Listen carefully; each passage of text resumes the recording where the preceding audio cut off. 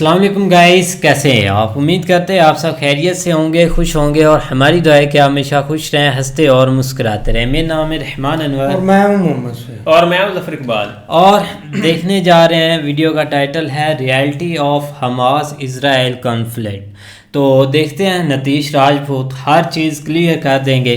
तो उससे पहले वीडियो को लाइक, चैनल को सब्सक्राइब ज़रूर कीजिएगा। देखते हैं, तो करते हैं वीडियो स्टार्ट। हमास को इजराइल ने ही सपोर्ट और फंड्स दिए। जिस दिन ये इंसिडेंट हुआ था उसी दिन ये 7 अक्टूबर 2023 वाला अटैक प्लान हुआ था। 9 दिसंबर 1987 को एक ऐसी चीज होती है जो इजराइल के गले की हड्डी बन जाती है। टिकटॉक पे एक वीडियो वायरल हो जाती है जिसमें एक यंग पैलेस्टीनी, एक रबड़ बुलेट्स थी, ये मॉस्क के जो होली कंपाउंड थे वहां जाके लगी। यूएस ने जो मिडिल ईस्ट में इजराइल नाम का लठ रख रखा है उसको यूएस अब यूज, तो ऐसा नहीं है कि वो जो रिफ्यूजी थे पैलेस्टीनी उनको अरब देशों ने ले लिया। Hamas is a creation of Israel. PLO वाले पैलेस्टीन को बेच के आ गए और जिसका डर था वही हुआ। हमास बम्पर वोटों से 74 सीट से जीत के आती। कुछ मिसाइल्स तो ईरान ने शुगर के पाउडर से बना दी हैं और इन्हीं मिसाइल्स का यूज 2014 में कि हमास ने ऐसा किया क्यों, उसको पता था कि इजराइल वापस अटैक करेगा। देखिए, इजराइल की जो पूरी हिस्ट्री है, कैसे जूस आए, कैसे ये देश बना, इनका किंगडम क्या था, जूस को क्यों छोड़ के जाना पड़ा, जेरूसलेम क्रिश्चियन, मुस्लिम और जूस के लिए इतना इंपॉर्टेंट कैसे हो गया, ये सब हम एक वीडियो में ऑलरेडी डिस्कस कर चुके हैं। वो वीडियो आप जरूर देखिएगा। इस वीडियो में हम बात करेंगे कि पैलेस्टीन लैंड का ऐसा क्या इशू है जो दुनिया भर की सारी कंट्रीज मिलकर भी सॉल्व नहीं कर पा रही हैं। हमास की शुरू से लेकर आखिरी तक पूरी स्टोरी क्या है, कैसे इजराइल का बनाया हुआ हमास इजराइल पे आज इतना भारी पड़ रहा है और अभी करंट सिचुएशन में भी ये पता होते हुए भी कि इजराइल भारी तरीके से रिटेलिएट करेगा, उसके बाद भी हमास ने हमला क्यों किया, तो ये सारी चीजें हम डिटेल में डिस्कस करेंगे। तो देखिए, ब्रिटिशर्स के जाने के बाद ये पूरा इशू यूएन में जाता है और 1947 में यूएन पार्टीशन प्लान लेके आता है जिसमें 2 स्टेट सॉल्यूशन लाया गया। 45% एरिया जो था वो पैलेस्टीनियों को दिया गया और 55% एरिया जूस को दिया गया और जो जेरूसलेम था वो यूएन ने अपने कंट्रोल में रखा। ये वो मैप है। ऑरेंज वाला पार्ट पैलेस्टीन का है, ग्रीन वाला पार्ट इजराइल का है और ये पिंक वाला पार्ट जो जेरूसलेम है ये यूएन ने अपने पास रखा है। अब जैसे यूएन ये 2 स्टेट सॉल्यूशन पास करता है तो इजराइल तो खुशी खुशी इसको एक्सेप्ट कर लेता है क्योंकि उसके तो मन की बात हो जाती है, लेकिन अरब कंट्रीज इस चीज को मानने से साफ मना कर देती हैं क्योंकि वो 2 स्टेट सॉल्यूशन नहीं डिमांड कर रहे थे। अरब चाहता था कि सिंगल स्टेट प्लान हो। देखिए, 2 स्टेट प्लान मतलब कि 2 कंट्रीज बनाई जाएंगी, इजराइल और पैलेस्टीन, और 1 स्टेट प्लान मतलब कि एक ही कंट्री बनेगी, मान लो पैलेस्टीन बनेगी और उसी के अंदर क्रिश्चियंस, मुस्लिम और जूस रहेंगे, वहां मुस्लिम लॉ फॉलो होगा। तो आप नोटिस करोगे जब भी इजराइल और पैलेस्टीन का जो मसला है उसको सुलझाने की बात होती है तो ऑल ओवर वर्ल्ड में 2 स्टेट सॉल्यूशन और सिंगल स्टेट सॉल्यूशन की बात होती है। ज्यादातर कंट्रीज 2 स्टेट सॉल्यूशन की बात करते हैं। तो यूएन 2 स्टेट प्लान इंप्लीमेंट करता है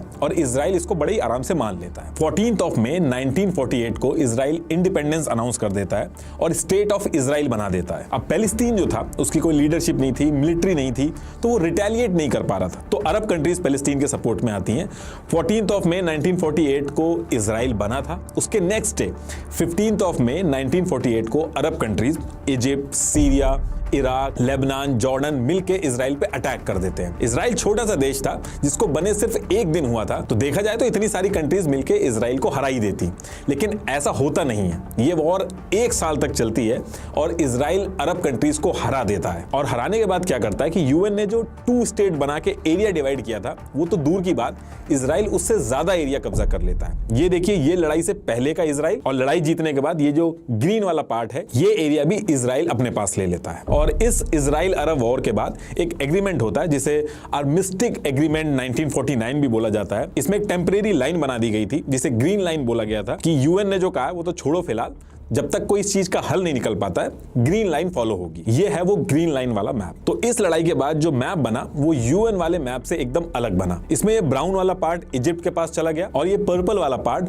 जॉर्डन के पास गया और इस जॉर्डन वाले पार्ट को वेस्ट बैंक बोला गया क्योंकि ये जॉर्डन रिवर के वेस्ट में था। बाकी सब इजराइल के पास चला गया। देखिए, इजराइल पैलेस्टीन की वॉर काफी पुरानी है और ये आज तक चलती आ रही है, इसलिए इसको कर्स्ड वॉर भी बोला जाता है। कुछ टाइम पहले मैंने एक ऑडियो बुक सुनी थी, Israel versus Palestine the cursed war. उससे मुझे मुझे इस वॉर के बारे में काफी कॉन्टेक्स्ट मिला था और तभी से मेरा इसमें काफी इंटरेस्ट डेवलप हुआ। इस ऑडियो बुक में जूज, हॉलोकॉस्ट से लेके क्रिएशन ऑफ इजराइल टाइम्स के भी इशू मेंशन किए गए हैं, जिसका असर आज की सिचुएशन तक पड़ते आ रहा है। नॉर्मली इतनी डिटेल मिलना मुश्किल होती है, बट ये काफी डिटेल्ड है और मुझे काफी इंटरेस्टिंग भी लगी। इस ऑडियो बुक की रेटिंग 4.3 स्टार है और काफी लोगों ने इसको पसंद किया है। ये ऑडियो बुक कुकू एफएम पे अवेलेबल है, आप इसको जरूर सुनिएगा। आई एम श्योर इससे आपकी समझ इस टॉपिक पे और बढ़ेगी। कुकू एफएम इंडिया का लीडिंग ऑडियो शो प्लेटफॉर्म है, जहां 2.5 मिलियन से ज्यादा पेड सब्सक्राइबर हैं। आप मेरी Israel and Palestine conflicts video जरूर देखना और कुकू एफएम पे सुने एक और historical audio book Mossad the greatest mission of Israel secret service. आप मेरा कूपन कोड NR50 यूज कर सकते हैं for 50% of on first month subscription in just ₹49। Enjoy 10,000 audio show. Link is in the description and pin comment. तो topic पे वापस आते हैं। अब जब ये सारी चीजें हुई तो पैलेस्टीन के लिए तो कोई जगह बची ही नहीं और एक तरह से पैलेस्टीन जो देश था वो पूरी तरीके से खत्म ही हो गया। और जब देश ही नहीं बचा तो ये जो 7 लाख पैलेस्टीनी थे ये रिफ्यूजी बन जाते हैं। इस दिन को पैलेस्टीनी आज की डेट तक भूले नहीं है। इस दिन को ये लोग नकबा डे कहते हैं। इसमें एक चीज और ऐड कर देता हूं कि अरब तो लड़ रहे थे पैलेस्टीनियों के लिए, लेकिन जब पैलेस्टीनी रिफ्यूजी बन गए तो ऐसा नहीं है कि वो जो रिफ्यूजी थे पैलेस्टीनी उनको अरब देशों ने ले लिया। तीनों कंट्रीज में से किसी भी कंट्री ने रिफ्यूजी को अपना सिटीजन बनाने का ऑफर तक नहीं दिया। इनफैक्ट उस टाइम पे इन कंट्रीज ने सिटीजनशिप के जो लॉ थे वो और स्ट्रिक्ट कर दिए थे। अच्छा, साइड से यूएन इजराइल पे कॉन्टिन्यूअसली प्रेशर बना रहा था कि ये जो 2 स्टेट सॉल्यूशन हमने निकाला था उसको फॉलो करो आप। इसके जवाब में इजराइल ने कहा कि हमें सिक्योरिटी का थ्रेट है, ये जो जॉर्डन और इजिप्ट के पास जो ऑक्यूपाइड एरिया है ये पैलेस्टीनियों को आप दे दो। लेकिन जॉर्डन और इजिप्ट ने कहा कि ऐसा करने से इजराइल फिर से हमारी पोजीशन खराब कर देगा और फिर से अटैक वगैरह कर देगा, इसलिए जब पूरा इजराइल हमें मिल जाएगा तो एक साथ पैलेस्टीनियों को बसाया जाएगा, तब तक ये हमारे अंडर में रहेगा। इस लड़ाई के कुछ साल बाद पैलेस्टीनियों को भी लगा कि हमारा खुद का भी कुछ होना चाहिए, तो 1964 में पैलेस्टीन ने PLO, पैलेस्टीन लिबरेशन ऑर्गेनाइजेशन बनाई, जिसका मेन एम था इजराइल से जमीन को वापस लेना। लेकिन शुरू में जब PLO बनी थी तो ये उतनी ज्यादा इंपैक्टफुल नहीं थी। अब इसके 3 साल बाद 1967 में फिर से अरब कंट्रीज इजराइल पे अटैक करती हैं। एग्जैक्टली 5 जून 1967 को ये वॉर स्टार्ट होती है और 10 जून 1967 को खत्म हो जाती है, इसलिए इसको 6 डे वॉर भी कहा जाता है। इसमें इजराइल इन 3 कंट्रीज इजिप्ट, जॉर्डन और सीरिया को फिर से हरा देती है। इस वॉर में इजराइल पहले इजिप्ट से गाजा स्ट्रिप लेती है, उसके बाद ये जॉर्डन की तरफ जाते हैं, उनसे वेस्ट बैंक ले लेती है और वहां पे भी ये रुकते नहीं है। इसके बाद ये सीरिया की तरफ जाते हैं और वहां गोलन हाइट जो है उसको ले लेते हैं और साथ में जेरूसलेम को भी अपने कंट्रोल में ले लेते हैं। अगर आपने हमारी पुरानी वीडियो देखी होगी तो आपको पता होगा कि जूस के लिए जेरूसलेम कितना इंपॉर्टेंट है। इस लड़ाई के बाद जूस ने यह कहा कि ये 18 साल बाद अपने किंगडम को वापस ले लिया। ये लोग अपने कैलेंडर के हिसाब से जिस दिन ये चीज हुई, इस दिन के बाद से इन्होंने अपने कैलेंडर के हिसाब से इस दिन को जेरूसलेम डे के नाम से बनाया। तो देखिए, ये जब लड़ाई खत्म होती है तो इस लड़ाई में इजराइल के पास 100% एरिया आ जाता है। अब देखिए, 100% एरिया तो मिला इनको, लेकिन उस एरिया के साथ साथ इनको 2 मिलियन पैलेस्टीनीज जो थे वो भी मिले। और इसमें सबसे बड़ा क्वेश्चन ये था कि जो पैलेस्टीन है वो तो देश बचा ही नहीं था, तो ये जो पैलेस्टीनी है, जो 2 मिलियन पैलेस्टीनी है, ये किस कंट्री के सिटीजन बनेंगे। अब ये 2 मिलियन पैलेस्टीनी थे, इनको इजराइल सिटीजनशिप भी नहीं देना चाहता था इजराइल की, क्योंकि अगर वो ऐसा करता तो पैलेस्टीनियों को राइट टू वोट मिलता और फिर ये इलेक्शन में वोटिंग करते, अपने लीडर को जितवा सकते थे। तो ये सारी चीजें वो चाहते नहीं थे। ओवरऑल पॉपुलेशन से भी कंसिडर किया जाता तो पैलेस्टीनियों का जो नंबर था वो ज्यादा हो जाता, तो इनके हाथ में पावर आ सकती थी। इजराइल की पूरी मेहनत खराब हो जाती, इसलिए वो ये नहीं करना चाहते थे। तो ना तो इन 2 मिलियन लोगों को ये सिटीजनशिप दे सकते थे इजराइल की, ना ये कहीं बाहर भेज सकते थे, ना उनको मार सकते थे, और ना ही इनके मन में ये था कि इनको अलग देश बना के दे दें। ऐसा नहीं था कि वेस्ट बैंक और गाजा जो है वो अलग देश बना के इनको दे दें, क्योंकि इनका मानना था कि इनकी सिक्योरिटी जो है वो रिस्क पे आ जाएगी ऐसे। तो इजराइल ने क्या किया, इन्होंने आइडेंटिफाई किया कि कौन कौन से वेस्ट बैंक और गाजा स्ट्रिप के ऐसे इलाके हैं जहां पे पैलेस्टीनियंस रहते हैं। हर गली और हर एरिया आइडेंटिफाई किया और उसको सेक्शन में बांट दिया और इस एरिया में मिलिट्री लगा दी और फिर इनके आसपास के एरिया में धीरे धीरे करके जूस को सेटल करना शुरू किया। और जूस को वहां पे सेटल होने पे फ्री में लैंड और घर दिए जाते थे और कई केस में तो सरकारी नौकरियां भी दी जाती थी। एक मैप से समझाता हूं कि मैं कहना क्या चाह रहा हूं। ये इजराइल का मैप है, ये वेस्ट बैंक है और इस वेस्ट बैंक को जूम करेंगे तो ये देखिए ये ऐसे दिखता है। इसमें जो डार्क ब्राउन एरिया है ये पैलेस्टीनियंस के घर हैं, लाइट ब्राउन एरिया में पैलेस्टीनियंस के घर हैं और इजराइल की मिलिट्री कंट्रोल में है। इसमें जो ब्लू डॉट देख रहे हैं आप, इसमें इन्होंने जूस को सेटल किया है और ये जो ब्लू स्क्वायर देख रहे हैं आप, यहाँ पे इन्होंने अपनी मिलिट्री के बेस रखे हैं जिससे हर किसी की मूवमेंट जो है वो कंट्रोल की जा सके,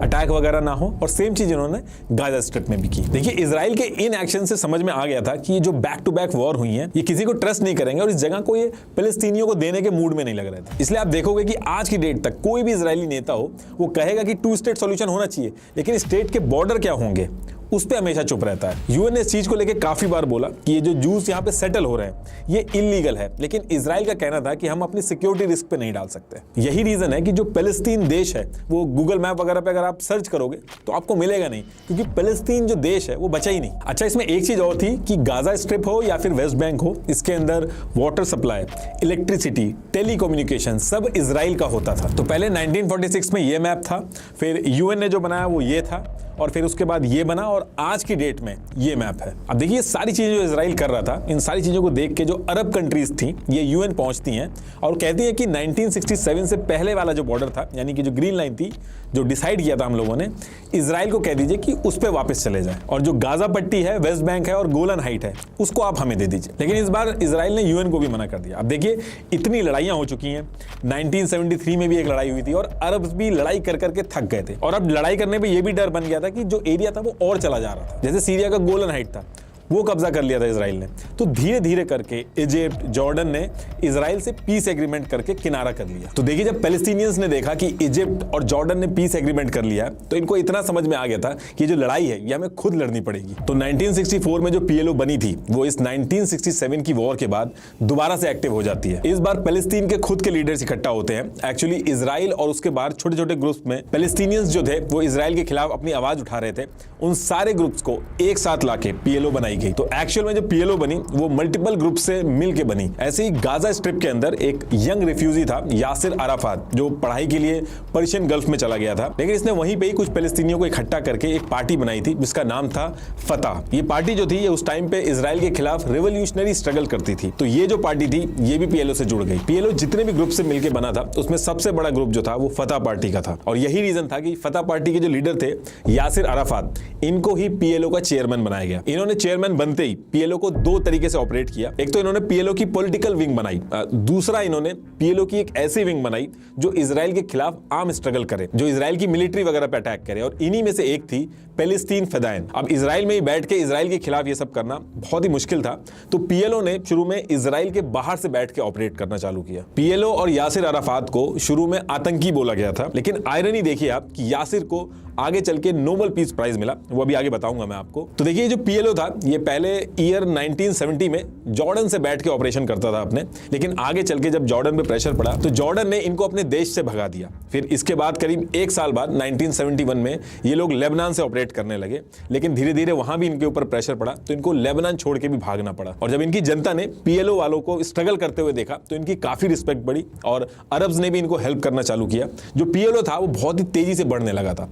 पीएलओ के लीडर्स जो डिसाइड करते थे वो पैलेस्टीनियंस मानने लगे थे। लेकिन इसके बाद ईयर आता है 1987 और 9 दिसंबर 1987 को एक ऐसी चीज होती है जो इजराइल के गले की हड्डी बन जाती है। एक्चुअली इजराइल में जो गाजा स्ट्रिप थी वहां पे एक रिफ्यूजी कैंप था जिसका नाम था जबालिया रिफ्यूजी कैंप। इस कैंप के पास से एक इजरायली डिफेंस ट्रक जो था वो जा रहा था और उस ट्रक ने ऐसा एक्सीडेंट किया कि वहां पे एक कार थी, उससे 4 लोगों की डेथ हो गई। और ये जो 4 लोग थे जिनकी जान गई थी जबालिया रिफ्यूजी कैंप में ही रहते थे।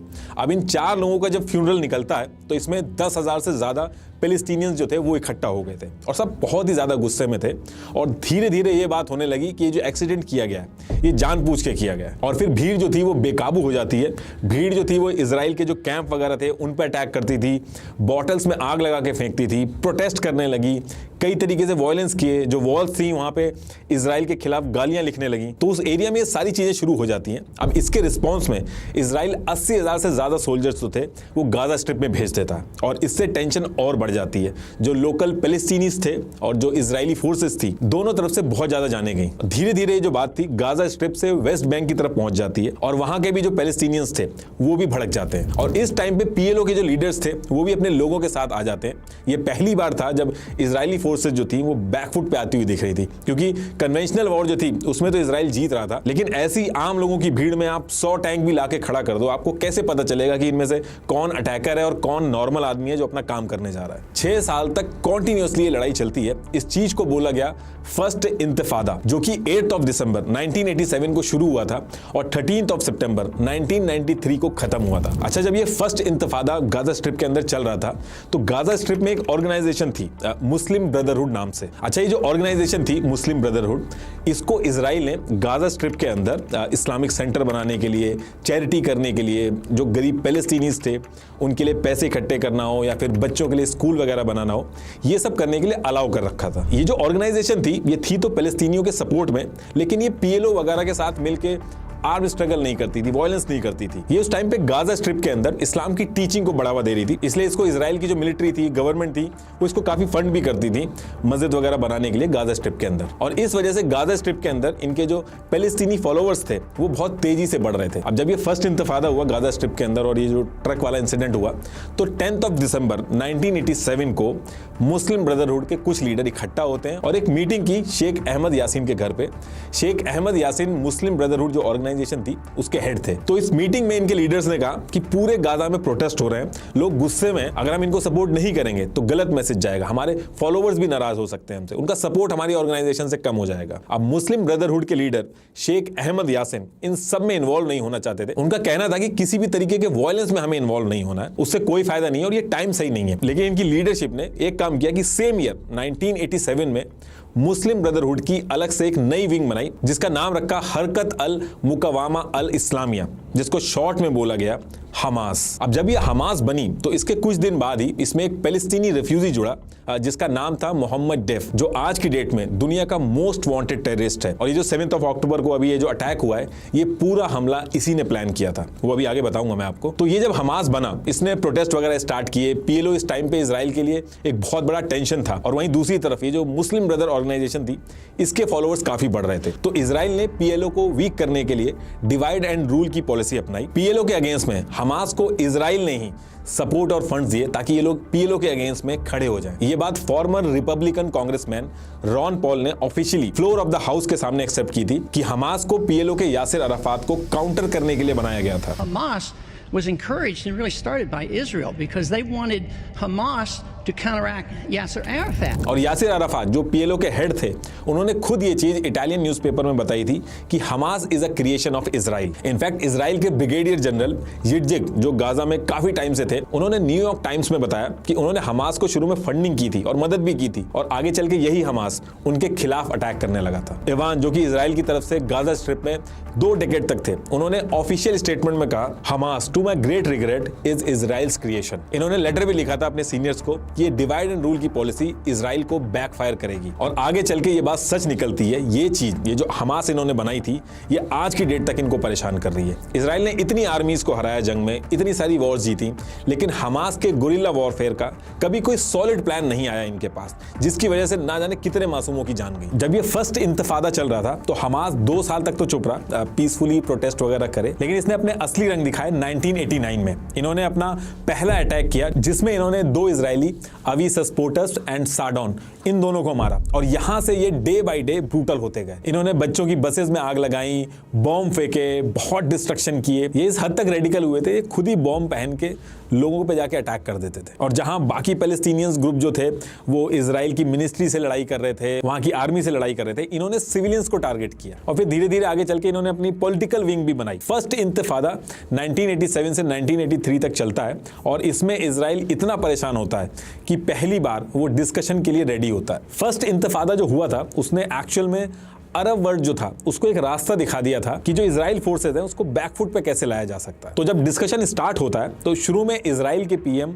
राबिन और पीएलओ की तरफ से यासिर अराफात, तो इन्होंने सीक्रेटली बिना किसी को बताए, नॉर्वे का एक शहर है ऑस्लो, उसके अंदर इनकी नेगोशिएशन स्टार्ट हुई, और इसको मीडिएट कर रहे थे बिल क्लिंटन, और नॉर्वे की जो गवर्नमेंट थी वो इसको मीडिएट कर रही थी। जब सब फाइनल हो गया तो उसके बाद ये चीज ओपन हुई, और व्हाइट हाउस के अंदर 13 सितंबर 1993 को ऑस्लो एग्रीमेंट साइन कर दिया गया। इस एग्रीमेंट के अंदर यह था कि पहले तो इजराइल और पैलेस्टीन जो है ये दोनों एक दूसरे को रिकॉग्नाइज करेंगे, दूसरे दोनों लोग मिलकर कुछ कंडीशन सेट करेंगे, जिसमें से एक ये था कि वेस्ट बैंक और गाजा स्ट्रिप जो है ये पैलेस्टीनियन अथॉरिटी को दे दिया जाएगा, जिसके पहले प्रेसिडेंट यासिर अराफात होंगे। इस एग्रीमेंट के बाद पैलेस्टीन एक देश तो नहीं बना, लेकिन कुछ छोटी छोटी चीजें हुई, जैसे कि वेस्ट बैंक और गाजा में पैलेस्टीनियंस जो रह रहे थे उनके छोटे छोटे कंसर्न रहते थे, उसको रिजॉल्व करने के लिए पीएलओ के थ्रू एक पैलेस्टीनियन अथॉरिटी बनाई गई। उसमें मेंबर जोड़े गए और इंटरनल इलेक्शन और वोटिंग सिस्टम इंट्रोड्यूस किया गया।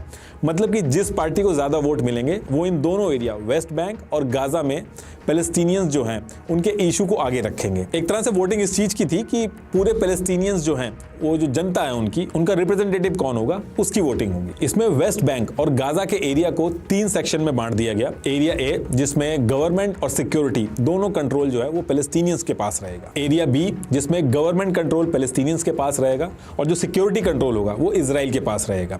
एरिया सी जिसमें पूरा कंट्रोल इजराइल के पास रहेगा। इस ओस्लो एग्रीमेंट के लिए यासिर अराफात और इजराइल के पीएम को नोबेल प्राइज भी दिया गया, लेकिन इस ओस्लो अकॉर्ड की वजह से इजराइल और पैलेस्टीन दोनों के लोग गुस्सा हो गए थे। यित्ज़हाक राबिन जो कि इजराइल के पीएम थे, उनको इस चीज के लिए गोली मार दी गई थी और जिस इजरायली सरकार ने इस एग्रीमेंट के लिए डिसीजन लिया था उस सरकार को भी हटा दिया गया। इस एग्रीमेंट के अपोज में एक इजराइल के अंदर एक रैली भी निकाली गई थी जिसका नाम था डेथ टू राबिन। उसमें अभी के जो पीएम है बेंजामिन नेतन्याहू, वो भी शामिल हुए थे। इसके बाद नेतन्याहू पीएम बने और उन्होंने इस पीस एग्रीमेंट से किनारा कर लिया। चाहे पीएलओ हो या इजराइल हो, जो भी पीस एग्रीमेंट की बात करता था वो खत्म हो जाता था। उसको गद्दार कहते थे, देशद्रोही कहते थे। इस एग्रीमेंट के बाद यासिर अराफात जो थे उनकी जनता भी उनसे गुस्सा हो गई और पीएलओ की पॉपुलैरिटी जो थी वो भी कम हो गई। पैलेस्तीनी लोग कह रहे थे कि कहाँ हम पूरे एरिया की बात कर रहे हैं और कहाँ ये तुम छोटी छोटी चीजें मान के आ गए। इधर हमास जो था उसने भी कहना स्टार्ट किया कि पीएलओ वाले पैलेस्तीन को बेच के आ गए। इसके बाद हमास ने कई सारे हमले करे, फिर इजरायली गवर्नमेंट ने भी कई सारे हमले करे, दोनों तरफ से सिविलियंस की जान गई। बात इतनी खराब हुई कि ओस्लो एग्रीमेंट जो था वो ठंडे बस्ते में चला गया और पीएलओ जो था जिसकी इमेज बहुत अच्छी थी पैलेस्टीनियंस के सामने, वो इमेज भी खराब हो गई। उनका जो रुतबा था पीएलओ का वो भी गिर गया। अब जो सपोर्ट था वो हमास को जा रहा था। लोगों को लग रहा था कि हमास ही है जो पैलेस्तीन उनको वापस दिलाएगा। इसकी वजह से हमास और पीएलओ की जो फतह पार्टी थी उसमें भी बहुत सारे क्लैशेस होने लगे। इसके बाद ईयर आता है 2000 और 28 सितंबर 2000 को ऐसी सिचुएशन बनती है कि सेकंड इंतफादा शुरू हो जाता है। एक्चुअली इजराइल के जो पीएम थे वो 1000 सिक्योरिटी गार्ड लेके टेंपल माउंट, जिसको अल हरम और अल शरीफ भी कहते हैं, वहां चले गए थे। वहां जाके उन्होंने कुछ बयान भी दे दिए थे जिसमें से एक ये था कि टेंपल माउंट जो है वो जूस का है। इससे जो पैलेस्टीनियंस थे वो फिर से भड़क जाते हैं, आम जनता भड़क जाती है और वायलेंस फिर से शुरू हो जाता है। जगह जगह पे प्रोटेस्ट हुए, कई लोगों की जान गई, हमास ने भी बहुत भारी अटैक किया और ये वाला जो सेकंड इंतफादा था ये 2000 से 2005 तक चला। इसको शांत करने के लिए इजराइल ने गाजा स्ट्रिप में जितने भी जूस थे उनको गाजा स्ट्रिप से पूरी तरीके से हटा दिया और सेकंड इंतफादा का ये फायदा हुआ कि थोड़ा सा बैकफुट पे आई इजरायली गवर्नमेंट। उन्होंने जो जूस थे जो गाजा स्ट्रिप में थे वो पीछे कर लिए और गाजा स्ट्रिप जो था अब उसमें पूरी तरीके से पैलेस्टीनियंस बचे थे। गाजा स्ट्रिप की बात करूं तो 2004 तक 7826 जो जूस थे वो उसमें रहते थे और सेकंड इंतफादा के बाद ये सारे के सारे छोड़ के चले गए थे। इसके बाद नवंबर 2004 में जब पीएलओ के हेड यासिर अराफात की डेथ होती है और महमूद अब्बास जो कि फतह पार्टी के थे ये पीएलओ के चेयरमैन बनते हैं और इसके बाद पीएलओ और वीक ही पड़ती है। दूसरी तरफ हमास जो थी वो और पॉपुलर होती है। जब पीएलओ ने पूरे इजराइल को लेने की बात की तो पीएलओ आगे बढ़ी और जब हमास ने पूरे इजराइल को लेने की बात की तो हमास आगे बढ़ा और ये दोनों पार्टी हमास और पीएलए की फतह पार्टी ये दोनों आपस में बहुत ही ज्यादा लड़ने लगी। इसके बाद 26 जनवरी 2006 को वेस्ट बैंक और गाजा में इंटरनल इलेक्शन होने थे कि कौन पैलेस्टीनियंस का रिप्रेजेंटेटिव बनेगा। तो इजराइल और यूएस दोनों नहीं चाहते थे कि हमास जीते क्योंकि इन्होंने बहुत ज्यादा अटैक किए थे, परेशान किया था इजराइल को और इजराइल को रिकॉग्नाइज करने के लिए भी रेडी नहीं थे। पीएलओ, यूएस और इजराइल तीनों बहुत ही श्योर थे कि पीएलओ ही जीतेगा इस इलेक्शन में। इजराइल ने सिक्योरिटी का हवाला देके कई इलाकों में हमास को कैंपेनिंग भी नहीं करने दी। तो इसके बाद इलेक्शन हो जाते हैं और 29 जनवरी 2006 को रिजल्ट आता है और जिसका डर था वही हुआ। हमास बम्पर वोटों से 74 सीट से जीत के आती है। सारे पैलेस्टीनियंस जो थे वो इसको सपोर्ट कर रहे थे और हमास का जो लीडर था इस्माइल हानिया जो कि अभी भी लीडर है, ये जो अभी रिसेंटली 7 अक्टूबर को अटैक हुआ है उसमें भी ये शामिल था। तो इसने सोचा अब गाजा और वेस्ट बैंक पे ये खुद रूल करेगा। तो इस इलेक्शन के बाद हमास को शर्तें मानने को बोला जाता है, इजराइल को रिकॉग्नाइज करने को बोला जाता है और भी कई सारी चीजें उसको मानने को बोला जाता है, लेकिन हमास पूरी तरीके से मना कर देता है। तो जैसे ही हमास मना करता है तो सबसे पहले तो इजराइल जो पैलेस्टीनियन से टैक्स कलेक्ट करके पैलेस्टीनियन की अथॉरिटी को देता था वो उसने देना बंद कर दिया। उसके बाद यूएस जो एड देता था वो बंद कर दिया। अब बात इतनी बढ़ती है कि दोनों पार्टी जो फतह पार्टी और हमास इनके जो लीडर्स हैं और इनके जो सपोर्टर्स हैं वो आपस में भिड़ जाते हैं, हथियार उठा लेते हैं। कई दिनों तक लड़ाई चलती है। इस लड़ाई को बैटल ऑफ गाजा बोला गया था, ये 2007 में हुई थी। इस लड़ाई के बाद जो वेस्ट बैंक वाला जो एरिया था वहां से फतह पार्टी ने हमास को भगा दिया था और फतह पार्टी रूल करने लगी थी और गाजा स्ट्रिप से हमास ने फतह पार्टी को भगा दिया था और हमास खुद पूरी तरीके से गाजा स्ट्रिप पे रूल करने लगी थी। और तब से लेके आज तक कोई इलेक्शन नहीं हुए, यही दोनों पार्टी वेस्ट बैंक और गाजा, वेस्ट बैंक पे फतह पार्टी और गाजा पे हमास, ये दोनों रूल कर रहे हैं। पीएलओ की जो फतह पार्टी है वो फिर भी पीस वगैरह की बात करती है, कुछ सोल्यूशन निकालने की बात करती है, लेकिन हमास पार्टी जो है वो इजराइल को खत्म करने की बात करती है। और हमास जो है वो बहुत ही ज्यादा पॉपुलर अभी भी है, ऐसा नहीं कि बहुत पहले की बात है, अभी भी ये बहुत फेमस है। अभी 2021 में Palestinian centre for policy and survey research ने सर्वे किया था एक वेस्ट बैंक और गाजा स्ट्रिप में। इसमें 1200 लोगों का सैंपल लिया था, जिसमें से 53% पैलेस्टीनियंस ने हमास को सपोर्ट किया था। अब होता क्या कि ये सारी चीजें होने के बाद जो पीस प्रोसेस है पहले दो पार्टियों में चल रहा था, इजराइल और पीएलओ के बीच में, अब इसमें तीसरी पार्टी आ गई थी हमास। तो जो पहले से ही फंसी हुई चीज थी वो और कॉम्प्लिकेटेड हो गई। हमास को जो है अरब से भी सपोर्ट मिलने लगा, ईरान ने बहुत सपोर्ट किया हमास को, उसको हथियार वगैरह भी दिए। तो उन हथियारों का यूज करके एक बार नहीं काफी सालों से हमास गाजा पट्टी में बैठे बैठे ही इजराइल पे बैक टू बैक मिसाइलें मारता रहता है टाइम टू टाइम जब भी कोई इशू होता है। और इसी हमास के अटैक की वजह से इजराइल ने आयरन डोम डेवलप किया था जो हवा में ही मिसाइल्स को रोक देता है। हमास ने 2006, 2008, 2009, 2012, 2014, 2018, 19, 2021, 2022 और ये जो 2023 है, अगर इसको भी इंक्लूड कर लें तो इन सारे सालों में मिसाइलें छोड़ी हैं और अटैक किया इजराइल पे। और फिर उसके बाद इजराइल वापस अटैक करके इनको मारती है, उसमें सिविलियंस भी मरते हैं। और इधर से जब हमास मारता है तो जो इजराइल के सिविलियंस हैं उनकी जान जाती है। इस वजह से गाजा स्ट्रिप को इजराइल ने हर तरह से ब्लॉक कर दिया है, मतलब कि एयर, लैंड, वाटर किसी भी तरीके से ये बाहर मूव नहीं कर सकते। पूरा का पूरा जो गाजा स्ट्रिप है वो ब्लॉक है। क्वारंटाइन जैसे करते थे पहले उस तरीके से क्वारंटाइन कर दिया। यहां तक कि गाजा स्ट्रिप का मूवमेंट वेस्ट बैंक जो है वहां पे भी रिस्ट्रिक्ट किया गया है, परमिशन वगैरह लेके जानी पड़ती है। तो कई सारे ऐसे पैलेस्टीनियंस भी हैं जिन्होंने अपने लीडर्स को देखा ही नहीं, कभी मिले ही नहीं है, उन्होंने सिर्फ टीवी पे ही देखा है। और क्योंकि गाजा स्ट्रिप जो है वो चारों तरफ से ब्लॉक है, इजराइल ने ब्लॉक कर रखा है, चाहे वो एयर हो, वाटर हो, लैंड हो, तो हमास ने इसका सोल्यूशन निकाला। इन्होंने गाजा स्ट्रिप के अंदर अंडरग्राउंड टनल्स बना दिए हैं जहां से इजिप्ट वगैरह में निकलते हैं और फिर वहां से अपनी मूवमेंट करते हैं, हथियार वगैरह लेते हैं। ज्यादातर केसेस में हमास ईरान से ही हथियार लेता है, क्योंकि एक्सपर्ट्स का कहना है कि ईरान के जो इंजीनियर्स हैं वो एकदम लो कॉस्ट पे मिसाइल बनाते हैं। और क्योंकि यूएस ने ईरान पे ऑलरेडी बैन लगाया हुआ है तो ये मिसाइल्स के जो कॉम्पोनेंट होते हैं ये लोग स्मगल करके मंगाते हैं। और इनकी मिसाइल जो होती हैं उसके कॉम्पोनेंट चीप होते हैं तो बहुत सस्ते में बन जाती हैं। कुछ मिसाइल्स तो ईरान ने शुगर के पाउडर से बना दी हैं और इन्हीं मिसाइल्स का यूज 2014 में हमास ने किया था इजराइल के खिलाफ। कुछ ही मिलियंस लगा के हजारों की तादाद में लोग मिसाइल छोड़ देते हैं इजराइल पे, और उन्हीं मिसाइल्स को इंटरसेप्ट करने के लिए जो आयरन डोम से इंटरसेप्ट होती है उसके लिए कई गुना ज्यादा पैसा इजराइल को खर्च करना पड़ता है। गाजा स्ट्रिप जो है वो चारों तरफ से वैसे तो ब्लॉक है, लेकिन ईरान के जो रिवोल्यूशनरी गार्ड है वो इनको हथियार पहुंचाने के लिए अलग अलग तरीके यूज करते हैं। जो शॉर्ट और मीडियम रेंज मिसाइल्स होती हैं उनको तो ये सूडान और इजिप्ट के जरिए पहुंचा देते हैं या फिर सी के थ्रू ये लोग पहुंचाते हैं। और कई बार ऐसी भी न्यूज आई है कि जो बड़ी मिसाइल्स होती हैं उनको ये स्विस कैनाल के अंदर डंप कर देते हैं और कोऑर्डिनेट शेयर कर देते हैं हमास के साथ, और फिर वहां से हमास इन मिसाइल्स को ले लेता है। तो अरब कंट्रीज जब चाहे इजराइल को चेक पे रखने के लिए अटैक करा सकती हैं। तो देखिए हमास ने जो अटैक किए हैं वो तो बहुत सारे किए हैं, लेकिन अभी ये जो करंट म्यूजिक फेस्टिवल वाला जो इंसिडेंट हुआ है 7 अक्टूबर को, उसका जो मेन रीजन है उसके पीछे 2021 की इजराइल और हमास की जो लड़ाई हुई थी वो रीजन है। और ये चीज हमास के जो लीडर्स हैं उन्होंने ऑडियो रिकॉर्ड में भी बोली है। ये 2021 वाली जो लड़ाई थी वो इतनी एस्केलेट हुई थी कि जिस दिन ये इंसिडेंट हुआ था उसी दिन ये 7 अक्टूबर 2023 वाला अटैक प्लान हुआ था। एक्चुअली 2021 में हुआ क्या था कि जो जेरूसलेम है वहां पे इस्लामिक वक्त के ऑफिशियल ने क्लेम किया कि इजरायली ऑफिसर्स जो थे उन्होंने लाउड स्पीकर की वायर काट दी उनकी, और ऐसा उन्होंने इसलिए किया क्योंकि नेक्स्ट डे जो वेस्टर्न वॉल थी वहां पे एक मेमोरियल डे स्पीच होनी थी और ये लोग नहीं चाहते थे कि उस टाइम पे रिचुअल प्रेयर जो होती है मुस्लिम्स की वो हो। इसको लेके इजरायली सिक्योरिटी जो थी, पैलेस्टीनियन जो थे, उनमें काफी बहस होती है, झगड़े होते हैं। लेकिन 15 अप्रैल 2021 को टिकटॉक पे एक वीडियो वायरल हो जाती है जिसमें एक यंग पैलेस्टीनी एक जूस को जो है वो थप्पड़ मार रही होती है। ये वीडियो के बाद और वीडियोस आती हैं और काफी ज्यादा मामला एस्केलेट हो जाता है। और इसके बाद जो इजरायली सिक्योरिटी फोर्सेस थी उनके ऊपर पत्थर, फायर क्रैकर्स जो है ये सब पैलेस्टीनियंस फेंकते हैं, और उसके जवाब में इधर से stun grenades, tear gases, rubber की बुलेट ये सब फेंकी जाती है। और वहां के जो लोग हैं उनका ये कहना है कि ये जो बुलेट्स थी, रबर बुलेट्स थी, ये मॉस्क के जो होली कंपाउंड थे वहां जाके लगी हैं। इस इंसिडेंट के बाद जैसे हमास को पता चलता है तो हमास हर बार की तरह गाजा स्ट्रिप से ही मिसाइल्स फेंकता है, और इसके बदले में इजराइल जो है वो भी अटैक करता है।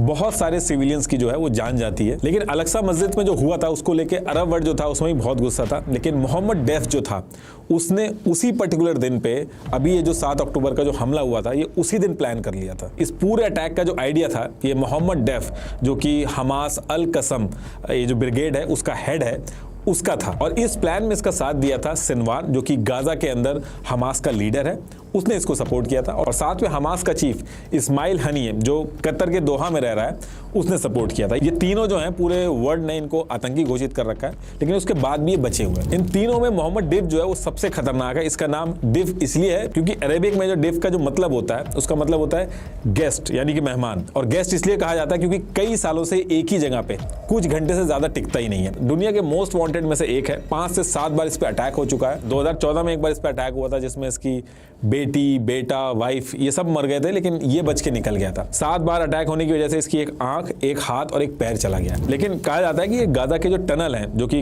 अंडरग्राउंड है उनमें ये रहता है। और इसकी कोई फोटो भी नहीं है, सिर्फ आज तक एक ही फोटो इसकी रिलीज हो पाई है और कोई नहीं हुई है। तो ये 3 थे, ये मेन थे। इन्होंने अटैक प्लान किया और इन्होंने जो डेट डिसाइड की वो 7 अक्टूबर की डेट डिसाइड की इसी साल की, यानी 7 अक्टूबर 2023। इस पूरे हमले को जो इन्होंने नाम दिया ऑपरेशन अल अक्सा फ्लड। और ये नाम इसलिए रखा था क्योंकि मई 2021 में जो हुआ था उसका इनको बदला लेना था, इसलिए नाम रखा था। तो अब डिस्कस कर लेते हैं कि करंट सिचुएशन में इन्होंने करा क्या। तो 6 अक्टूबर 2023 को एक सुपरनोवा सुकोट गैदरिंग म्यूजिक फेस्टिवल होना था। इजराइल के वेस्टर्न नेगव डेजर्ट में होना था। गाजा स्ट्रिप से करीब ये 5 किलोमीटर की दूरी पे था। ये जो म्यूजिक फेस्टिवल था इसको होना तो सदर्न इजराइल के सिमचेट टोरा में होना था, लेकिन इनकी किस्मत खराब थी। वहां पे ऑलरेडी कोई फेस्टिवल हो रहा था, तो लास्ट मिनट में यानी कि लास्ट 2 दिन पहले ही ऑर्गेनाइजर ने ये जगह चुनी जो कि 5 किलोमीटर दूर थी गाजा स्ट्रिप से। करीब 3000 से 5000 लोग इसमें शाम को ही पहुंच गए थे। रात भर यहाँ पे फेस्टिवल चला और चलते चलते सुबह हो गई, करीब 6 बजे के आसपास बजे थे। ठीक इसी टाइम पे मॉर्निंग में हमास के मिलिटेंट गाजा स्ट्रिप से कई ग्रुप्स में निकलते हैं। एक ग्रुप इनका बाय लैंड निकलता है, लेकिन क्योंकि चारों तरफ से स्ट्रॉन्ग फेंस लगी हुई थी तो उसको तोड़ने के लिए इन्होंने बुलडोजर का यूज किया और जीप लगी हुई थी वहां पे। उन जीप में ये लोग बैठते हैं और आगे निकलते हैं। सेम टाइम पे दूसरा ग्रुप जो था इनका वो पानी के रास्ते से इजराइल पे पहुंचता है और तीसरा ग्रुप इनका हवा में मोटराइज्ड पैराग्लाइडर लेके पहुंचता है। और एट द सेम टाइम इनका एक ग्रुप गाजा स्ट्रिप पे सेट किया था इन्होंने, जो गाजा स्ट्रिप से मिसाइल छोड़ेगा। टोटल 5000 से ज्यादा मिसाइल्स इन्होंने इजराइल पे छोड़ी थी। इनको पता था कि आयरन डोम जो है वो मिसाइल को रोक लेता है, इसलिए इन्होंने एक साथ सारी मिसाइल छोड़ी थी ताकि आयरन डोम जो है वो सारी मिसाइल्स को एक साथ ट्रैक ना कर पाए। 6:30 बजे मॉर्निंग में ये जो अटैक है वो स्टार्ट होता है। 7 बजे के आसपास बाकी ग्रुप जो थे वो इजराइल और गाजा के बॉर्डर वाले इलाकों में, जिसमें नहाल, होलेट, नीर, नेटिव, हसारा, बेरी और कफारजा थे, इनमें ये घुसते हैं और जो मिलता है उनको मारते हैं, चाहे बच्चे हों या बड़े हों। इस अटैक के स्टार्ट होते ही मोहम्मद डेव एक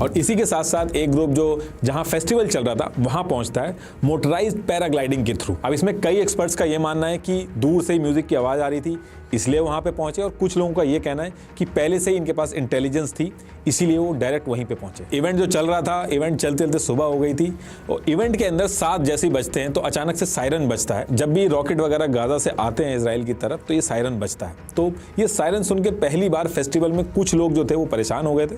कुछ लोग तब भी ये समझ रहे थे कि ये शायद कुछ सेलिब्रेशन चल रहा है, ये इस इवेंट का ही पार्ट है। और देखते ही देखते आसमान में पैराग्लाइडर्स दिखते हैं और ये लोग उतरते ही पूरे फेस्टिवल में अंधाधुंध फायरिंग करते हैं। कुछ लोग गाड़ी से भी आ गए होते हैं और ये अंधाधुंध सब पे अटैक करते हैं। जहां पे फेस्टिवल हो रहा था वहां पे पूरा खाली इलाका था, तो छुपने की ज्यादा जगह नहीं थी, ओपन ग्राउंड था, तो सब ओपन ग्राउंड में ही भाग रहे थे और ये लोग पीछे से गोलियां चला रहे थे और कार से पीछा कर रहे थे। इस फेस्टिवल में जो लोग कार से आए थे वो अपनी कार से भाग रहे थे। इतनी ज्यादा कार हो गई थी कि रोड पूरी ब्लॉक हो गई थी। उन ब्लॉक्ड रोड पे कार पर डायरेक्ट इन्होंने फायरिंग करी। ये जो फेस्टिवल चल रहा था इसमें 260 लोगों की जान गई। 130 लोगों को ये लोग किडनैप करके वापस गाजा में ले गए, क्योंकि हमास के कुछ लोग जेल में बंद थे। तो इनका प्लान था कि इजराइल के कुछ लोगों को वापस गाजा में ले जाएंगे और फिर अपने साथियों को जेल से छुड़वाएंगे और नेगोशिएशन करेंगे। आपने ऑलरेडी वो वीडियो देखी होगी जहां पे निकोल लुइक जो कि एक टैटू आर्टिस्ट थी, जर्मन इजराइल ड्यूअल सिटीजनशिप थी उनकी, उनको कैसे परेड करवाया गया, फिर एक लड़की को बाइक पे बैठा के कैसे ले गए थे वो भी आपने देखा ही होगा।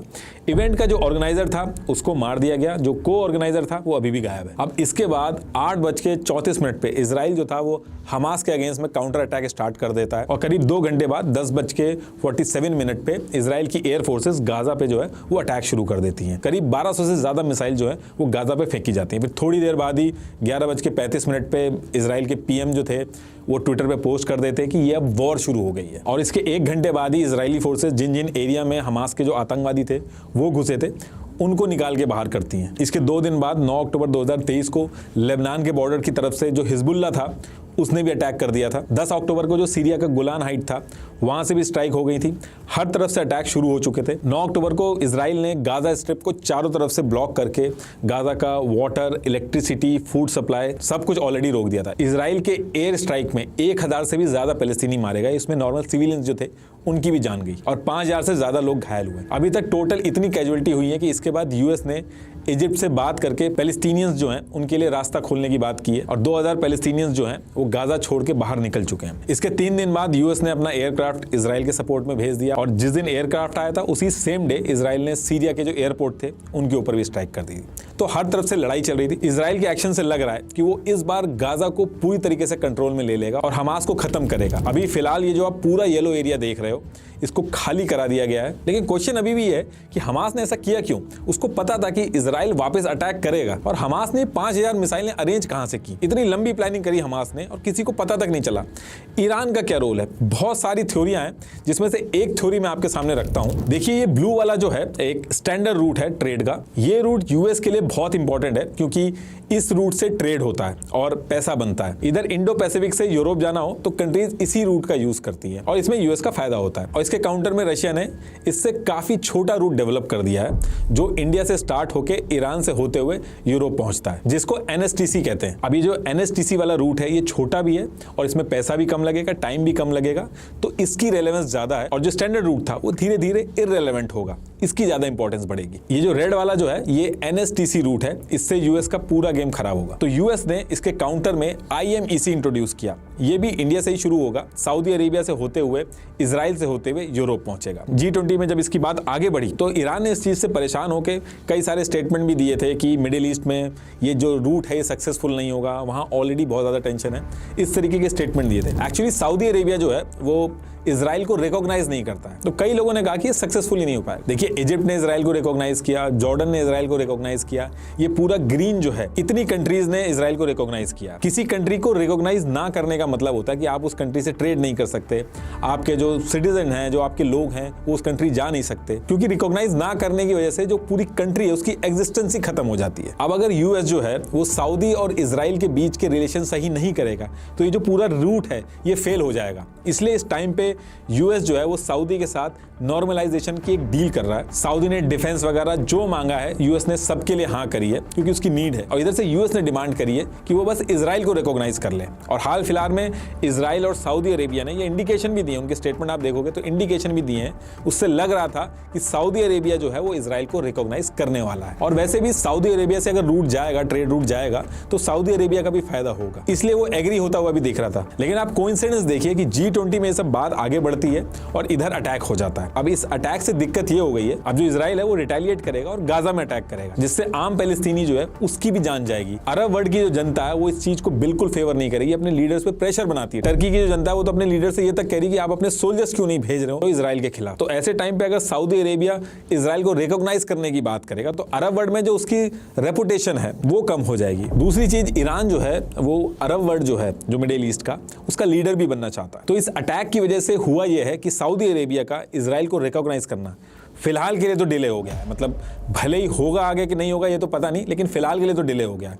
और जो ट्रेड रूट है आईएमईसी का ये भी खतरे में आ गया है। अब चाहे ईरान का अरब वर्ल्ड का लीडर बनना हो, चाहे ये जो ट्रेड रूट है इसको रुकवाना हो, इस लड़ाई से सबसे ज्यादा जो फायदा हो रहा है वो ईरान का ही हो रहा है, और इसीलिए जो उंगलियां हैं वो ईरान के ऊपर उठ रही हैं। लेकिन इस पूरे केस में रशिया ने एकदम उल्टी बात कह दी है। रशिया की स्पोक्स पर्सन बिल्कुल काफ़ी ज़्यादा नितेश भाई ने एक चीज़ें क्लियर की है। हमारी तो ऐसी सोच भी नहीं थी कि ऐसी ऐसी चीज़ें हो चुकी हैं, क्योंकि जो पीछे एक हिस्ट्री रही है तो वो हमने एक खान सर की वीडियो ज़रूर देखी थी जिसमें उन्होंने हमें हर चीज़ें क्लियर कर दी थी कि जिसकी वजह से यहाँ पर ये आए थे, या फ़लस्तीनियों का क्या चीज़ थी, या कितनी लैंड थी, या उनकी कितनी लैंड थी।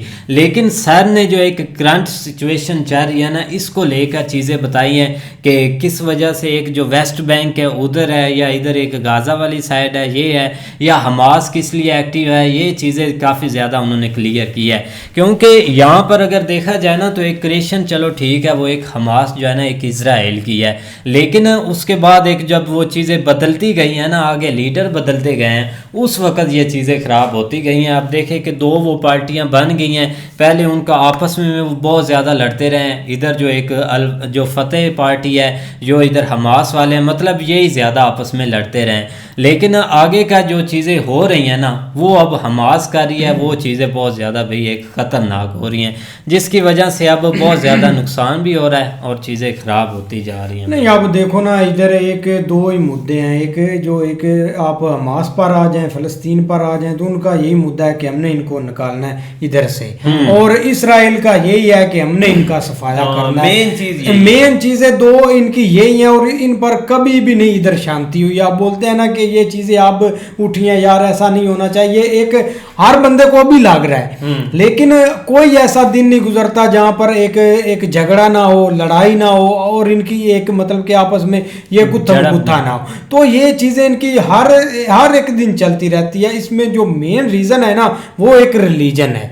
रिलीजन पर जब भी चीजें आती हैं, जब भी वो एक मस्जिद अक्सा की तरफ आते हैं, उनका भी एक जो बड़ा एक ख्वाब है ना कि उन्होंने एक थर्ड टेम्पल उधर बनाना है मस्जिद अक्सा को, मतलब कि उन्होंने जो भी करना है आगे वो चीजें करेंगे, वो तो बाद की हैं, तो वो उनका ख्वाब है। अगर जब भी वो ऐसी चीजें करते हैं ना, तो तब एक हैवी फाइट हो जाती है, तब एक मतलब कि पूरा एक वर्ल्ड में चीजें फैल जाती है। लेकिन जो चीजें ये रोकते हैं ना, एक नॉर्मल बंदे को रोक दिया कि आप उधर ना जाए, उस मस्जिद में आप नहीं जा सकते, हम नहीं जा सकते, तो ये चीजें हर डेली चलते रहते हैं। लेकिन जब इनकी एक सुलह हुई थी ना, एक मतलब कि वो सुलह करवाने लगे थे, या अमेरिका बीच में आया था अरफात, वो सारा सीन मुझे उसका पता है। लेकिन जो इधर से एक इसराइली उठा था ना, वो एक नॉर्मल बंदा था, उसने अपने एक प्राइम मिनिस्टर को ही मतलब कि एक निपटा दिया था, निपटा उसने ऐसा दिया था। और जब उससे पूछा गया था ना कि आपने इसको क्यों मारा, उसने यही बोला था कि मुझे ऊपर से हुक्म आया है, लिहाजा मुझे ऊपर से हुक्म आया कि इस बंदे को मार दो, हमें कुछ चीजें चाहिए नहीं। वो अभी भी बंदा जेल में है इसराइल की में, अभी भी। और बिल्कुल ये तभी चीज़ें बढ़ती है, बिल्कुल ऐसे ही है, क्योंकि जो ये लड़ाई है ना, ये आस्ता आस्ता कह लें या शुरू दिन से जो है ना वो रिलीजन के ऊपर ही है। लेकिन ये कि अब जो सीन हुआ ना क्रिएट, वो यही हुआ है कि आप वो कोशिश कर रहे हैं कि हम इनको इस हद तक ख़त्म कर दें कि हमें कोई भी किसी किस्म की रुकावट ना हो। तो उसके लिए ये सारा प्रोग्राम बनाया गया है या बना है, या ये जो है ना वो पता चलेगा कि आगे क्या इसकी प्लानिंग है, ये तो एक वक्त के साथ साथ। लेकिन अब जो उन्होंने प्रोग्राम बनाया ना, वो थोड़ा सा है हार्ड भाई, जो आप मर्जी कह लें, क्योंकि सुरंगों वाला सीन था जिसके ऊपर काफ़ी उनको जो है ना वो मतलब पता ही नहीं चलता था कि किधर से हैं, किधर आती हैं, किधर जाती हैं। ये चीज़ें उनके लिए बहुत कन्फ्यूजन क्रिएट करती थी। लेकिन अब उसका भी उन्होंने सदेबाब निकालना है, क्योंकि अब ऐसी टेक्नोलॉजी आ गई है कि वो हर चीज़ का पता चल जाता है। क्योंकि अब जो ऑपरेशन होना है या जो सीन होना है ना, उसमें हर चीज़ जो है ना वो क्लियर होती जानी है।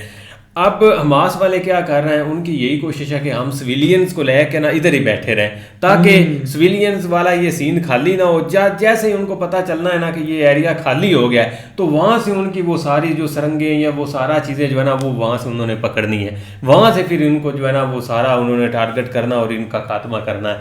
लेकिन वो स्टोरी काफ़ी उनकी पीछे से ये एक इंटरेस्टेड आप कह लें, या एक उसका किस तरह एक गठजोड़ हुआ, कैसे कौन क्रिएट हुआ। लेकिन ये कि भाई इसराइल ने फुल अब जो है ना उनके ऊपर एक किस्म का कब्जा किया हुआ है। हर तरह आप देख लो ना कि सेंटर में आप बैठे हैं, चारों तरफ वो हैं। 2-3 दफ़ा जो है ना वो अरब ममालिक ने भी पंगे लिए हैं। पंगे लिए क्या, पंगे लेने के साथ वो जो एक उनका मुआहदा हुआ था उस वक्त उन्होंने UN ने किया था, उसका भी उन्होंने भाई जी 45% जो 55% था वो भी ख़त्म उन्होंने कर दिया, और साथ नई चीज़ें बल्कि उन्होंने ऐड कर दी। और ऊपर जो है ना वो जिस तरह गजा पट्टी है, आगे वेस्ट बैंक है, ये सारा उनके अब जो है ना वो हाथ में आ चुका है। लेकिन फिर भी जो भी वो एरिया आप बचा है उसमें उनके भाई अपने जो है ना वो उन्होंने सारे फौज लगाई हुई है, और उसके अलावा सारा कंट्रोल उनके पास है। ये सारी चीज़ें आप उनके हाथ में। लेकिन अभी तक कुछ लोग ऐसे हैं जिनको होप है कि भाई मैं भी हमास वाले कुछ ना कुछ कर जाए, लेकिन हमें तो भाई नहीं लगता यार यही इसके देखो ऊपर ना है। कि चीजें काफी नहीं, ज्यादा नुकसान ही होना है खतरनाक हो दोनों रही हैं। साइडों पर। अब देखो ना, हमास जितना भी एक्टिव हो जाए, जितना भी उन्होंने चीज़ें करनी है, होना तो दोनों साइडों से नुकसान है।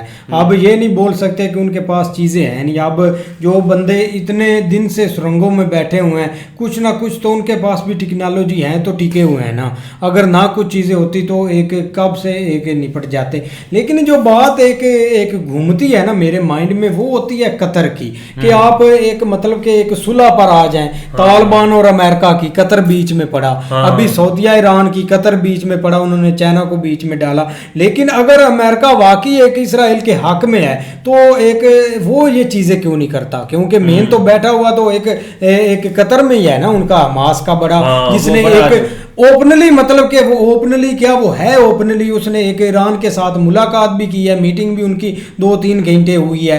तो वो एक इसको क्यों नहीं इस तरफ एक्शन लेते? सही बात ये है। चीज सबसे ज्यादा बड़ा कंफ्यूज पॉइंट है। है। मैं सोचता रहूं, आज मैंने काफी न्यूज भी देखी है कि इस पर कोई चीजें मिल जाए यार, ये क्यों नहीं बीच में एक आते? क्योंकि अब पहले होता था अमेरिका इनडायरेक्ट एक मतलब कि नहीं आता था, अब तो वो डायरेक्ट आ गया है ना। अब तो वो एक और ओपनली हम बोलता अपनी है। लाइफ में यकीन करो, या अफगानिस्तान के टाइम देखा था उनको डायरेक्टली आते, लेकिन अब जितनी जल्दी से आप वो इधर डायरेक्टली हुआ है ना, ये एक नई चीज ये है। first time क्योंकि हर आप बंदे देख के लो कि लिए। इतना बड़ा कन्फ्लिक्ट हुआ है, जरूर हुआ है दूसरा रशिया और यूक्रेन का, लेकिन फिर भी वो बैक फुट के ऊपर रह के खेले हैं, वो फ्रंट के ऊपर यार अपने इधर troops या एक ये चीजें जो है ना, इधर वो फ्रंट पर इसलिए आई हैं कि इसमें एक इसराइल का भी फायदा है, अमेरिका का तो सबसे बड़ा फायदा। अगर उनके ट्रूप्स इधर उतर गए तो उन्होंने मिडल ईस्ट को फिर ऐसे अपनी मुट्ठी में करना है। इधर से बंदा फिर कोई एक मतलब कि चूं भी नहीं करेगा। अब तो एक काफी चीजें चेंज हो चुकी है ना, लेकिन इस पर दोनों साइडों से फायदा होगा। अब एक हमास पर आ जाए तो भाई हमास अभी तक तो कोई एक पहले काफी एक उन्होंने मतलब कि वीडियो वो भी रिलीज करते हैं, ये नहीं कि वो एक मतलब कि उनके पास चीज है ही नहीं, वो एक्टिव ही नहीं है। जो भी एक होती है ना ओपनली इनकी स्टेटमेंट एक बड़ी आप हैवी, तो उन पर वो प्रेशराइज एक ओपनली वो भी करते हैं कि आप आ जाए, जिसने आना है, हमें कोई आपसे डर नहीं, आप अगर चाहते हैं तो कर भी ले ये चीजें। तो ये चीजें काफी उनकी खड़कती है। तो इसलिए भाई अब इसराइल ये नहीं कि एक नॉर्मल प्लान करेगा, अब वो बहुत बड़ा प्लान करेगा। इसमें वो पूरे मतलब कि एक ब्रिटिश से भी ऑलरेडी इतने उन्होंने हर चीज हेल्प मंगवा ली है। एक वो एड भी एक मांग रहे हैं एक अमेरिका से, तो वो एड भी उनको मिल रही है। और हॉस्पिटल इतने फास्ट बनाने, तो वो एक छोटा मोटा ऑपरेशन कभी नहीं करेंगे। उसके एक हमास के खिलाफ उनके पास बहुत बड़ा प्लान है, जो कि अभी चाहे स्टार्ट हो, चाहे कुछ थोड़े दिन के लिए स्टार्ट हो जाए। अब जो होना है ना, पहले एक जो अमेरिका का है ना, वो जो शिप आया हुआ है, वो ये नहीं तो एक तो उन्होंने बहाना तो लगाया कि हम ऐसे ही आए, ऐसी चीजें ना हो। वो मेन एक अमेरिका ईरान के लिए है, वो ईरान को कंट्रोल करेंगे। अगर ईरान कुछ एक मतलब के आता है ना, अगर जब एक इसराइल ऑपरेशन मतलब के एक जमीनी ऑपरेशन स्टार्ट करे, अगर ईरान उस पर कुछ करता है तो फिर वो एक एक्टिविटी इधर करेंगे अमेरिका। वो इतने जहाज और हर एक मतलब के हर चीज होगी। चलो ये तो आप वक्त ही बताएगा। बाकी भाई ने बहुत कमाल की वीडियो जो है ना वो बनाई है, बहुत अच्छी इन्फॉर्मेशन दी है। बिल्कुल भाई, तो उम्मीद करते हैं आपको वीडियो पसंद आएगी। अगर पसंद आए वीडियो को लाइक, चैनल को सब्सक्राइब जरूर कीजिएगा। मिलते हैं नई वीडियो के साथ, तब तक के लिए अल्लाह हाफिज़।